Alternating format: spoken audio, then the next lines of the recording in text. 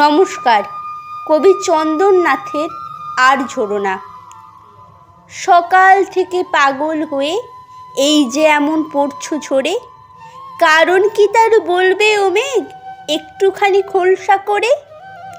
ক্যালেন্ডারের পাতায় এখন শরৎ ঋতু, সবাই জানে।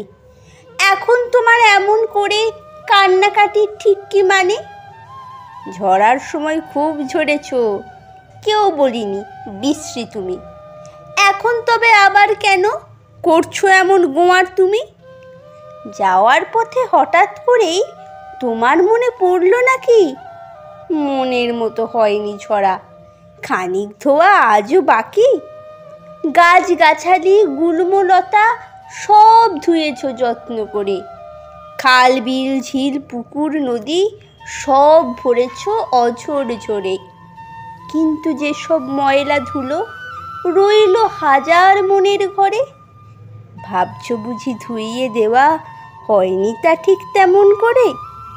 তাই বুঝি ফিরে থমকে ফিরে শরৎ আকাশ আবার ঢেকে এমনি করে অঝোর ধারায় ঝরছো আবার সকাল থেকে? কিন্তু ও মেঘ হয় না যে তা মনের মাঝের জমাট কালি, মুছতে পারে ভুল করে তা জমায় যারা তারাই খালি। দোষ দেব না কেউ তোমাকে, দেওয়ার যাতা তুমিই তো দাও। উজাড় করে দাও নিজেকে, বসুন্ধরার অঙ্গ সাজাও। তারপরও কেউ মনের কোণে পুষলে আধার, সে দায় তারই।